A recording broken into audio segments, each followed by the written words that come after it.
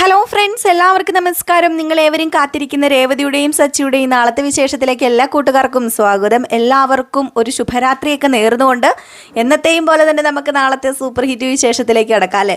അപ്പം ഇന്ന് നിങ്ങൾ പ്രമോയും അതുപോലെ ഫുൾ വിശേഷമൊക്കെ കണ്ടിട്ട് കാത്തിരിക്കുകയാണെന്ന് എനിക്കറിയാം. അതുകൊണ്ട് ഞാൻ പറഞ്ഞ് ബോറാക്കുന്നൊന്നുമില്ല. നേരെ വിശേഷത്തിലേക്ക് തന്നെ പോകാം. ലാസ്റ്റ് സീനായിട്ട് കണ്ടത് വർഷയുടെയും ശ്രീകാന്തിൻ്റെയും ആ ഒരു സീനാണ്. അങ്ങനെ നമ്മുടെ വർഷയ്ക്ക് ഒരുപാട് സന്തോഷം ഉണ്ടാക്കുന്ന കാര്യം തന്നെയാണ് ശ്രീകാന്ത് ചെയ്തു കൊടുത്തിരിക്കുന്നത്. വർഷയ്ക്ക് ഇഷ്ടമില്ലാത്ത ആളുടെ ഫോട്ടോ അയച്ചു കൊടുത്തിരിക്കുന്നു. തല്ലി തല്ലി ചതച്ച് പഞ്ചറാക്കിയ ആ ഒരു ഫോട്ടോ അത് കണ്ടതും വലിയ സന്തോഷമൊക്കെ ആയി. പക്ഷെ അത് വെറും ഒരു ഡ്രാമയാണെന്ന് നമ്മുടെ വർഷയ്ക്ക് അറിയില്ല. അപ്പോൾ അങ്ങനെ ആ ഒരു സീനൊക്കെ കഴിഞ്ഞ് പിന്നെ കാണിക്കുന്ന സീനെന്ന് പറഞ്ഞാൽ നമ്മുടെ രേവതിയും സച്ചിയും ഉച്ചയ്ക്ക് ഭക്ഷണം കഴിച്ചുകൊണ്ടിരിക്കുകയാണ്.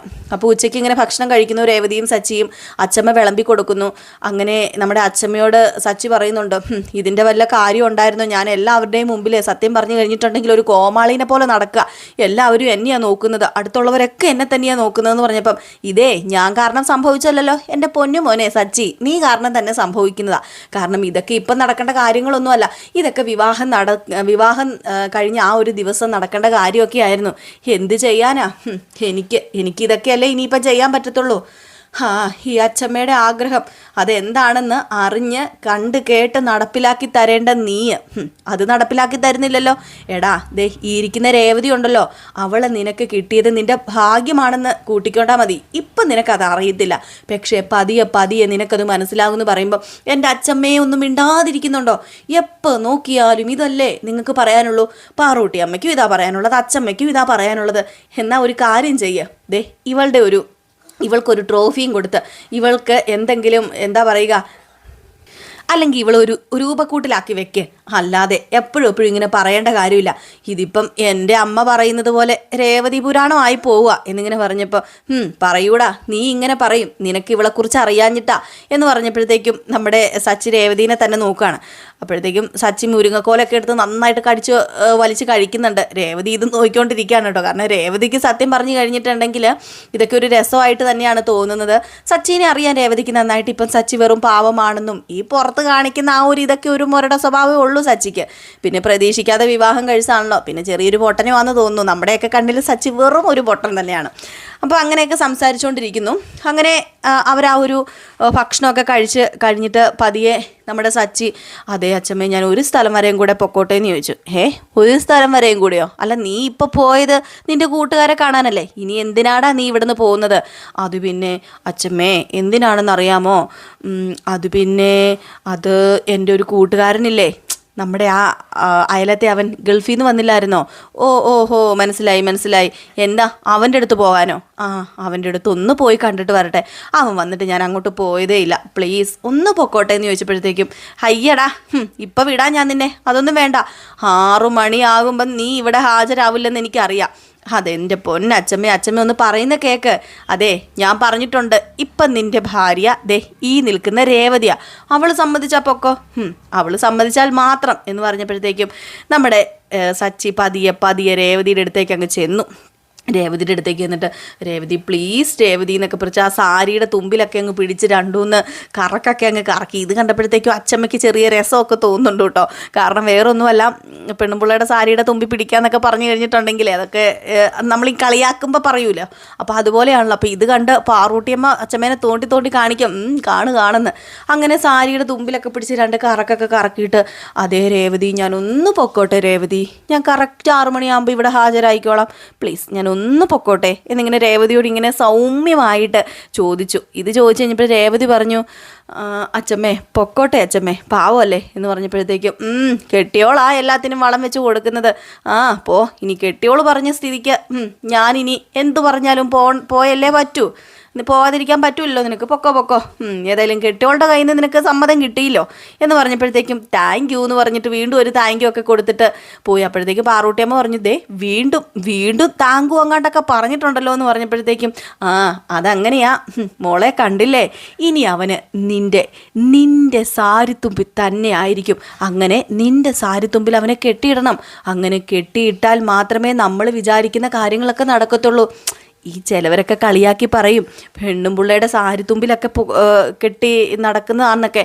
പക്ഷേ ഉണ്ടല്ലോ, ഞാനൊരു കാര്യം പറയട്ടെ, വിവാഹം കഴിഞ്ഞാൽ നമ്മുടെ കീഴിലായിരിക്കണം നമ്മുടെ ഭർത്താക്കന്മാരെ നിൽക്കേണ്ടത്. അത് നമ്മുടെ പെണ്ണുങ്ങളുടെ കഴിവാ എന്ന് പറഞ്ഞപ്പോഴത്തേക്കും നമ്മുടെ പാറൂട്ടിയമ്മ നല്ല ശീലമുണ്ടെന്ന് തോന്നല്ലോ കലാവതി അമ്മയ്ക്ക്. അതേടി, എനിക്ക് നല്ല ശീലമുണ്ട്. എൻ്റെ ഭർത്താവുണ്ടല്ലോ, ഞാനൊരു വര വരച്ചാൽ അവിടെ നിൽക്കുമായിരുന്നു. അങ്ങനെയായിരുന്നു എൻ്റെ ഭർത്താവ്. അന്നും പറഞ്ഞ് എൻ്റെ ഭർത്താവിനോട് എനിക്ക് ബഹുമാനം ഇല്ലാതിരുന്നിട്ടൊന്നുമില്ല. ഞാൻ വേണ്ടുവോളം അങ്ങേരെ ബഹുമാനിച്ചിട്ടുണ്ട്, സ്നേഹിച്ചിട്ടുമുണ്ട്. അതുപോലെ തന്നെ എന്നെയും ബഹുമാനിച്ചിട്ടുമുണ്ട്, സ്നേഹിച്ചിട്ടുണ്ട്. ഈ ഭാര്യ ഭർത്താക്കന്മാരെന്നൊക്കെ പറഞ്ഞിട്ടുണ്ടെങ്കിലുണ്ടല്ലോ, അത് പരസ്പരം ബഹുമാനവും സ്നേഹവും ഒക്കെ വേണം. അല്ലാതെ അങ്ങോട്ടും മാത്രം പോരാ. കണ്ടുപഠിച്ചോ എൻ്റെ സച്ചി മോന് ഇനി ഒരു നല്ല ഭർത്താവാക്കി എടുക്കും രേവതി മോളെ എന്നൊക്കെ പറഞ്ഞു. രേവതിക്ക് ഇത് കേട്ടപ്പോഴത്തേക്കും ചെറിയ നാണമൊക്കെ വന്നിട്ട് രേവതി ഇങ്ങനെ ഇരിക്കുകയാണ് കേട്ടോ. ഏതായാലും ആ പരിസരത്തുള്ള മിക്ക ആൾക്കാരും വരുന്നുണ്ട് മണിയറ ഒരുക്കാനായിട്ട്. അത് വേറൊന്നിനുമല്ല, ഈ പണ്ടത്തെ ആൾക്കാരുടെ ഒരു ചടങ്ങൊക്കെ ആണെന്ന് തോന്നുന്നു. പണ്ട് അത് നമ്മുടെ അച്ഛമ്മ അത് പറയുന്നുണ്ട് കേട്ടോ. പണ്ടൊക്കെ ഈ ഒരു ശാന്തി മുഹൂർത്തം എന്ന് വിവാഹം കഴിഞ്ഞ ഉടനെ ഒന്നും ഫസ്റ്റ് നൈറ്റ് ചിലപ്പം അവർ വെച്ചെന്ന് വരില്ല. ഇവർ മുഹൂർത്തമൊക്കെ നോക്കി അങ്ങനെ ഈ ഒരു പണ്ടത്തെ ജോത്സ്യന്മാരെയൊക്കെ കൊണ്ടൊക്കെ നോക്കിച്ചിട്ടാണ് ഈ ശാന്തി മുഹൂർത്തം പണ്ടൊക്കെ കുറിച്ചിരുന്നത്. അപ്പോൾ വലിയ വലിയ തറവാട്ടിലൊക്കെ അങ്ങനെ ആയിരുന്നു എന്നിങ്ങനെ അച്ചമ്മ പറയുന്നുണ്ട്. അപ്പം അതുകൊണ്ട് അതുപോലെ ആയിക്കോട്ടെ. അപ്പം ആ പരിസരത്തുള്ള കൂട്ടുകാരെല്ലാം വരികയും മണിയറ ഒരുക്കുകയും ഒക്കെ ചെയ്യുന്ന ആ ഒരു ഇതുണ്ടായിരുന്നു. അപ്പോൾ അതുകൊണ്ട് തന്നെ കൂട്ടുകാരെയൊക്കെ വിളിച്ച്, അച്ചമ്മയുടെ കൂട്ടുകാരെന്ന് പറഞ്ഞാൽ അച്ചമ്മയുടെ ആ ഒരു പ്രായത്തിലുള്ളവരൊക്കെയാണല്ലോ, അപ്പോൾ അവരെയൊക്കെ വിളിച്ചാണ് മണിയറയൊക്കെ ഒരുക്കുന്നത്. ഏതായാലും മണിയറയൊക്കെ ഒരുക്കാൻ തുടങ്ങിയപ്പോഴത്തേക്ക് നമ്മുടെ രേവതി കുളിയൊക്കെ കഴിഞ്ഞ് വന്നിട്ട് നമ്മുടെ രേവതി പറഞ്ഞു, അതെ സത്യം പറഞ്ഞു കഴിഞ്ഞിട്ടുണ്ടെങ്കിൽ അച്ചമ്മേ, എനിക്കിതൊക്കെ കാണുമ്പോഴത്തേക്കും ഉണ്ടല്ലോ എന്തോ പോലെ തോന്നുക. എന്തിനാ അച്ചമ്മ ഇത്ര ആഡംബരത്തിൽ ഇതൊക്കെ ചെയ്യുന്നതെന്ന് ചോദിച്ചപ്പം, അതെ ഇതൊക്കെ ആഡംബരമല്ല മോളെ, ഇതൊക്കെ ഇങ്ങനെയാണ് ചെയ്യേണ്ടത്, അതിൻ്റേതായ രീതി വേണം. പിന്നെ ഈ പൂവും ഈ പൂമാലയും ഒക്കെ കാണുമ്പോൾ ഈ അതായത് പഴവും പലഹാരവും ഒക്കെ കാണുമ്പോഴേ ഒരു പ്രത്യേകതയാണ്. അത് മോക്ക് ഇപ്പം പറഞ്ഞാൽ മനസ്സിലാവില്ല, മണിയറയിൽ കയറി കഴിയുമ്പോൾ മോക്ക് മനസ്സിലാവും. ദേ അച്ഛൻ ഇങ്ങനെയൊന്നും പറയില്ല, എനിക്ക് നാണം വരിക എന്ന് പറയുമ്പം ഇപ്പം നാണിക്കൊന്നും വേണ്ട, ഇനിയും നാണിക്കാൻ സമയം കിടപ്പുണ്ട്. മണിയറയിലേക്ക് കയറി കഴിയുമ്പം നാണിച്ചാൽ മതി. അപ്പോഴാണ് നമ്മൾ നാണിക്കേണ്ടത്. നാണവാ സത്യം പറഞ്ഞു കഴിഞ്ഞിട്ടുണ്ടെങ്കിൽ ഭർത്താക്കന്മാർക്ക് ഇഷ്ടം എന്നൊക്കെ ഇങ്ങനെ പറഞ്ഞു കൊടുത്തപ്പം പോ അച്ഛമ്മേ ഒന്നിങ്ങനെ പറഞ്ഞു. അത് കഴിഞ്ഞപ്പോഴത്തേക്കും അവിടെ വേറൊരു കൂട്ടുകാരി നിൽക്കുകയാണ്. അപ്പോൾ ആ ഒരു കൂട്ടുകാരിയുടെ എക്സ്പീരിയൻസ്, അച്ചമ്മയുടെ കൂട്ടുകാരിയാണ് കേട്ടോ. അച്ചമ്മയുടെ കൂട്ടുകാരി എന്ന് പറയുമ്പോൾ മനസ്സിലാവുമല്ലോ ഏത് തരക്കാരിയാണ് ഏത് പ്രായക്കാരിയാണെന്ന്. അപ്പം ആ ഒരു അമ്മയുടെ എക്സ്പീരിയൻസ് ഇങ്ങനെ പറയുകയാണ്. അച്ചമ്മ തന്നെയാണ് പറഞ്ഞു കൊടുക്കുന്നത്. ഇവർക്ക് ഇങ്ങനെ ഒരു കഥയുണ്ട്, ഇങ്ങനെ പൂക്കളൊക്കെ ഇങ്ങനെ ഇവളുടെ മണിയറയിൽ ഇങ്ങനെ പൂക്കളൊക്കെ ഇങ്ങനെ വിതറി ഇരുന്നു. അപ്പോൾ ഇവളുടെ ഭർത്താവിന് ഭയങ്കര ആഗ്രഹമായിരുന്നു, മുല്ലപ്പൂ മാത്രം പോരെ എല്ലാ പൂക്കളും വേണമെന്ന്. കാട്ടിലുമൊക്കെ പോയി എവിടെ നിന്നൊക്കെയോ പൂവൊക്കെ പറിച്ചുകൊണ്ട് വന്ന് പൂവൊക്കെ ഇട്ട് കഴിഞ്ഞ് പാതിരാത്രി ആയപ്പോഴത്തേക്കും കാർച്ച കേട്ടു. ഫസ്റ്റ് നൈറ്റ് ആണല്ലോ, അതായത് ആദ്യരാത്രിയാണല്ലോ, കാർച്ചയൊക്കെ പതിവാണ്. അപ്പം ഞങ്ങൾ ആദ്യം മൈൻഡൊന്നും ചെയ്തില്ല. പിന്നെ ചെന്ന് നോക്കിയപ്പോഴത്തേക്കാണ് രണ്ടുപേരും ഇറങ്ങി ഓടുന്നത് കണ്ടത്. എന്തായിരുന്നു ആ കാട്ടിൽ നിന്ന് പറിച്ച പൂവിനകത്ത്? കട്ടുറുമ്പോ ചോനനുറുമ്പോ കടിയനുറുമ്പോ അതുപോലെ ഇല്ലാത്ത സാധനങ്ങളൊന്നും ഇല്ലായിരുന്നു. അതൊക്കെ ആയിരുന്നു കടിച്ചത്. പിന്നെ 2 ദിവസം എന്തൊക്കെ ചെയ്തിട്ട് ആ ചോർച്ചിൽ പോയതെന്ന് അറിയാലോ എന്നിങ്ങനെ ആ കൂട്ടുകാരിനെ നോക്കിയിട്ട് അച്ചമ്മ ഇങ്ങനെ പറഞ്ഞപ്പോൾ ആ കൂട്ടുകാരി ഇങ്ങനെ നാണം വന്ന് ചിരിച്ചുകൊണ്ടിരിക്കുന്ന ആ ഒരു സീനൊക്കെ കാണിക്കുന്നുണ്ട്. ഏതായാലും നമ്മുടെ രേവതി ഇതൊക്കെ കേട്ട് കഴിഞ്ഞപ്പോഴത്തേക്ക് രേവതിയുടെ മനസ്സിൽ കുറേ സങ്കല്പങ്ങളൊക്കെ ഓടിയെത്തുകയാണ്. മണിയറയൊക്കെ ഒരുക്കി കഴിഞ്ഞ് നമ്മുടെ രേവതി ഇങ്ങനെ നിൽക്കുമ്പോൾ സച്ചി വരികയും സച്ചി വന്ന് കെട്ടിപ്പിടിക്കുകയും ഒക്കെ ചെയ്യുന്ന ആ ഒരു സീനും അതൊരു പാട്ട് സീനിലൂടെയാട്ടോ കാണിക്കുന്നത്. അത് കാണാൻ നല്ല രസമുണ്ട്. നമ്മളെ കാണിക്കുന്ന ഒരു പാട്ടിലൂടെയാണ്. ആ ഒരു സീനാണ് നിങ്ങൾ പലരും പ്രമോയിൽ കണ്ടത്. സത്യത്തിൽ മണിയറയൊക്കെ വെറുതെ ഒരുക്കുന്നതാണ്. മണിയറയൊക്കെ എന്താ പറയുക, ആ ഒരു മുഹൂർത്തമൊക്കെ പൊട്ടി പാളീസായി പോകും. അപ്പോൾ അതിലേക്ക് പോകുന്ന കുറച്ച് സിറ്റുവേഷൻസ് ഒക്കെ ഉണ്ട് കേട്ടോ. നമ്മുടെ സച്ചിനെ പോലീസ് പിടിക്കുകയൊക്കെ ചെയ്യുന്നുണ്ട്. അപ്പോൾ അതൊന്നും ഞാൻ ഇപ്പോൾ പറയുന്നില്ല, അതൊക്കെ നമുക്ക് അടുത്ത ആഴ്ച ഇനിയിപ്പോൾ കാണാൻ പറ്റത്തുള്ളൂ. അതായത് തിങ്കളാഴ്ച, ചൊവ്വാഴ്ച, ബുധനാഴ്ച ആ ഒരു ദിവസങ്ങളിലൊക്കെ ആയിരിക്കും അത് നമുക്ക് കാണാൻ സാധിക്കുന്നത്. അപ്പം ഞാനത് നാളത്തെ പ്രമോയിൽ, അതായത് 1 വീക്ക് പ്രമോ നാളെ ഇടും. അപ്പോൾ അതിൽ ഞാൻ വിശദമായിട്ട് പറയാം കേട്ടോ. അപ്പോൾ അതുകൊണ്ട് അതിനെക്കുറിച്ച് ഇപ്പോൾ പറയുന്നില്ല. ഇനിയിപ്പോൾ നാളെ കാണിക്കുന്ന വേറൊരു സീൻ എന്ന് പറഞ്ഞു കഴിഞ്ഞാൽ നമ്മുടെ ശ്രീകാന്തിനെ കാണാനായിട്ട് വർഷ എത്തുന്നുണ്ട് കേട്ടോ. അപ്പോൾ ഒരു സർപ്രൈസ് തന്നെയായിട്ടാണ് വർഷ വരുന്നത് ശ്രീകാന്തിനെ കാണാൻ. അങ്ങനെ ശ്രീകാന്തിനെ കാണാൻ വർഷ എത്തി കഴിയുമ്പോഴേക്കും ശ്രീകാന്ത് അവിടെ നിന്ന് മുങ്ങാനൊക്കെ ശ്രമിക്കുന്നുണ്ട്. പക്ഷേ ശ്രീകാന്തിന് മുങ്ങാൻ പറ്റുന്നില്ല. അവിടെ വരികയും വർഷ വരികയും ഇങ്ങനെ ഇവിടെ ഒരു ഷെഫ് ഉണ്ടല്ലോ, അതായത് വെറൈറ്റി ഫുഡൊക്കെ ഉണ്ടാക്കുന്ന ഒരു ഷെഫ് ഉണ്ടല്ലോ എന്ന് പറഞ്ഞപ്പോഴത്തേക്കും മനസ്സിലായി ശ്രീകാന്തിനെ ആയിരിക്കുമല്ലേ കുട്ടി അന്വേഷിക്കുന്നതെന്ന് പറഞ്ഞപ്പം അങ്ങനെയാണോ പേര്, എനിക്കറിയില്ല, ഞാൻ കണ്ടിട്ടില്ല, എനിക്ക് അദ്ദേഹത്തിനെ ഒന്ന് കാണണമെന്ന് പറയുന്നു. അങ്ങനെ ശ്രീകാന്തിനെ കാണാൻ വേണ്ടി നമ്മുടെ വർഷ അകത്തേക്ക് കയറി ചെല്ലുന്നു. അങ്ങനെ ശ്രീകാന്തിനെ കാണുന്നു. അത് വല്ലാത്തൊരു കാണൽ തന്നെ ആയി പോവുകയാണ്. ഏതായാലും ശ്രീകാന്ത് തിരിഞ്ഞു നിൽക്കുമ്പോഴാണ് വർഷ ചെല്ലുന്നത്. അപ്പം വർഷ ഇങ്ങനെ സംസാരിക്കാൻ തുടങ്ങും. അതെ, ഞാൻ ആരാണെന്ന് മനസ്സിലായെന്ന് വെച്ചപ്പോഴത്തേക്കും ശ്രീകാന്ത് തിരിയുന്നില്ല. അപ്പം ഇങ്ങോട്ടൊന്ന് തിരിയുന്നേ, എന്നെ ഒന്ന് നോക്ക്, ഞാനേ മറ്റേ ഭക്ഷണമൊക്കെ ഓർഡർ ചെയ്ത ആളാ, മനസ്സിലായില്ലേ എന്നിങ്ങനെ ചോദിച്ചപ്പോഴത്തേക്കും പെട്ടെന്ന് ശ്രീകാന്ത് തിരിഞ്ഞത് ഞെട്ടിപ്പോയി. വർഷ വല്ലാത്തൊരു ഞെട്ടലായി പോയി. അങ്ങനെ വർഷ, ഇതാരും നിങ്ങൾ എന്തിനാ ഇപ്പം ഇവിടെ വന്നേക്കുന്നത്? കൊള്ളാലോ, അല്ല നിങ്ങളുടെ പേര് ശ്രീകാന്ത് എന്നാണല്ലേ?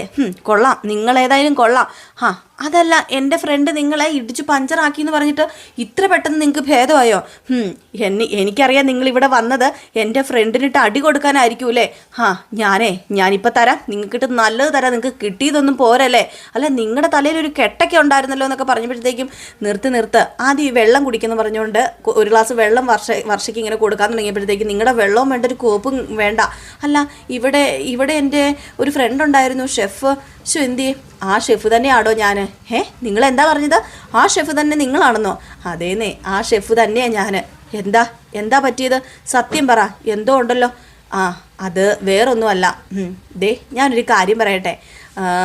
കുട്ടിക്ക് സത്യം പറഞ്ഞാലൊരു ചെറിയൊരു തെറ്റിദ്ധാരണ അതാണ് ഉണ്ടായത്. അത് വേറൊന്നുമല്ല, നിങ്ങൾ ഉദ്ദേശിക്കുന്ന അന്ന് വഴിയിൽ വെച്ച് വഴക്കുണ്ടാക്കിയ ആൾ അത് ഞാൻ തന്നെയാണ്.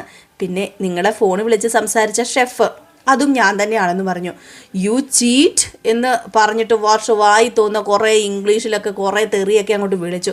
അപ്പോഴത്തേക്കും ശ്രീകാന്ത് പറഞ്ഞു, നിർത്ത്, ഒരു തെറ്റിദ്ധാരണയല്ലേ? എനിക്കും ഒരു തെറ്റിദ്ധാരണയായിരുന്നു. പക്ഷേ നിങ്ങൾ ആ ഒരു ഫോട്ടോ അയച്ചു തന്നപ്പോഴത്തേക്കും ആ ഒരു തെറ്റിദ്ധാരണ എൻ്റെ മാറിയായിരുന്നു. അതേതായാലും നേരിട്ട് കാണുമ്പം അറിഞ്ഞാൽ മതി എന്നോർത്താൻ ഞാൻ പറയാതിരുന്നത്. അപ്പം തല്ലിന്ന് പറഞ്ഞൊരു ഫോട്ടോ അയച്ചു തന്നതോ? അത് ചെറിയൊരു ഡ്രാമയായിരുന്നു. യു ചീറ്റ് എന്നൊക്കെ വീണ്ടും കുറേ അതും ഇതും ചീത്തയൊക്കെ പറഞ്ഞിട്ട് നമ്മുടെ വർഷം ദേഷ്യം വന്നിട്ട് അവിടെ നിന്ന് ഇറങ്ങിപ്പോവാ. നിങ്ങൾ വെറും ചീപ്പായിപ്പോയി, ഈ ചെയ്ത കാര്യങ്ങളൊക്കെ നിങ്ങളെക്കുറിച്ച് ഞാൻ ഇങ്ങനെയൊന്നും അല്ല വിചാരിച്ചത് എന്നൊക്കെ പറഞ്ഞിട്ട് എന്തൊക്കെയോ വായി തോന്നൊക്കെ വിളിച്ച് പറഞ്ഞിട്ട് വർഷം അങ്ങ് പോവുകയാണ് ചെയ്യുന്നത്. ഏതായാലും ശ്രീകാന്തിനും എന്തോ പോലെ ആയിപ്പോയി. അപ്പോൾ അവിടെ നിന്ന് ശ്രീകാന്തിൻ്റെ കൂട്ടുകാരൻ ചോദിച്ചു, എന്തു പറ്റി? വന്നപ്പം ഭയങ്കര സന്തോഷത്തിലാണല്ലോ, എക്സൈറ്റ്മെൻറ്റിലാണല്ലോ ആ മേഡം വന്നത്, എന്താ ലവറാണോ എന്ന് ചോദിച്ചപ്പോൾ ലവറൊന്നും അല്ല, അതൊരു ചെറിയൊരു മിസ്അണ്ടർസ്റ്റാൻഡിങ് പറ്റിയതാണ് എന്നിങ്ങനെ പറയുകയാണ്. അപ്പം ആ ഒരു സീനൊക്കെ കാണിക്കുന്നുണ്ട് കേട്ടോ. അതൊക്കെ കഴിഞ്ഞ് പിന്നെ കാണിക്കുന്ന സീനെന്ന് പറഞ്ഞു കഴിഞ്ഞാൽ നമ്മുടെ ഗജേന്ദ്രനെയാണ് കേട്ടോ. അപ്പം ഗജേന്ദ്രനെ കണ്ടിട്ട് കുറച്ച് ദിവസമായല്ലേ, അങ്ങനെ പുള്ളിക്കാരൻ പലിശയൊക്കെ പിരിക്കാൻ നോക്കിയിട്ടൊന്നും പറ്റുന്നില്ല. കാരണം നമ്മുടെ സച്ചി പേടിപ്പിച്ച് നിർത്തിയേക്കായിരുന്നല്ലോ. അപ്പോൾ സച്ചി അന്ന് അടിച്ചത് എല്ലാവരുടെയും മുമ്പിൽ വെച്ചായതുകൊണ്ട് തന്നെ എല്ലാവരും പലിശ ചോദിക്കാൻ ചെല്ലുമ്പോഴത്തേക്കും പണ്ടത്തെ പോലെ ഒന്നും ഇല്ല, ആർക്കും പേടിയില്ല, വളരെ പുച്ഛത്തോടു കൂടിയാണ് കാണുന്നത്. അങ്ങനെ ഒരു സീൻ കാണിക്കുന്നുണ്ട്. ഒരാളുടെ വീട്ടിലിങ്ങനെ ചെല്ലുകയും പലിശ ചോദിക്കാൻ ചെന്ന് കഴിയുമ്പോഴത്തേക്കും ധൈര്യം ഉണ്ടെങ്കിൽ ഞങ്ങളുടെ കയ്യിൽ നിന്നൊന്ന് പലിശ മേടിച്ച് നോക്കുക, നിങ്ങൾ വെറുതെ ഇങ്ങനെ മറ്റുള്ളവരുടെ കയ്യിൽ നിന്ന് കൊള്ള പലിശ മേടിക്കുന്നതല്ലേ, സച്ചിയെ പോലെ ഉള്ളവരെ നിന്നെയൊക്കെ അടിക്കാൻ പറ്റത്തുള്ളൂ, ആ സച്ചി എന്ന് പറയുന്ന പയ്യൻ നിന്നെ അടിച്ച് ശരിയാക്കിയതല്ലേ എന്നൊക്കെ ചോദിച്ച് ഗജേന്ദ്രനെ അങ്ങ് കളിയാക്കുകയാണ്. ഗജേന്ദ്രന് പക കൂടുകയാണ്. അങ്ങനെ ഗജേന്ദ്രന് പെട്ടെന്ന് അവിടെ നിൽക്കുന്ന ഗുണ്ടകളോടൊക്കെ പറയുന്നുണ്ട്, അത് വേറൊന്നുമല്ല പറയുന്നത്, സച്ചിനെ നോവിക്കണം. സച്ചിനെ നമുക്ക് ഡയറക്റ്റായിട്ടൊന്നും ചെയ്യാൻ പറ്റില്ല, പക്ഷേ അവനിട്ട് രണ്ടെണ്ണം കൊടുക്കണമെങ്കിൽ അവൻ്റെ വണ്ടിയാണ് തകർക്കേണ്ടതെന്നൊക്കെ പറയുന്ന ആ ഒരു പ്ലാനിങ് എടുക്കുകയാണ് കേട്ടോ. ഒരു പ്ലാൻ ചെയ്യുന്ന ആ ഒരു സീനൊക്കെയാണ്. അതിപ്പോൾ നാളെ കയറി വരുമോ എന്നറിയില്ല. ഏതായാലും നമുക്ക് കാത്തിരുന്ന് തന്നെ കാണാം എന്തൊക്കെയാണ് സംഭവിക്കാൻ പോകുന്നതെന്ന്. ഇനിയിപ്പം അടിപൊളി ടിസ്റ്റുകളാട്ടോ വരാൻ പോകുന്നത്. അപ്പോൾ നാളെ നമ്മൾ വൈകിട്ട് പ്രമോ വിശേഷം ഇടും, മറക്കാതെ എല്ലാവരും കാണണം. വൈകിട്ടാണ് ഇടുന്നത്, നാളെ രാവിലെ ഫുൾ വിശേഷം ഇടും കേട്ടോ. അപ്പോൾ നാളെ കാണാം. അതുവരെ എല്ലാവർക്കും ടാറ്റാ, ബൈ ബൈ.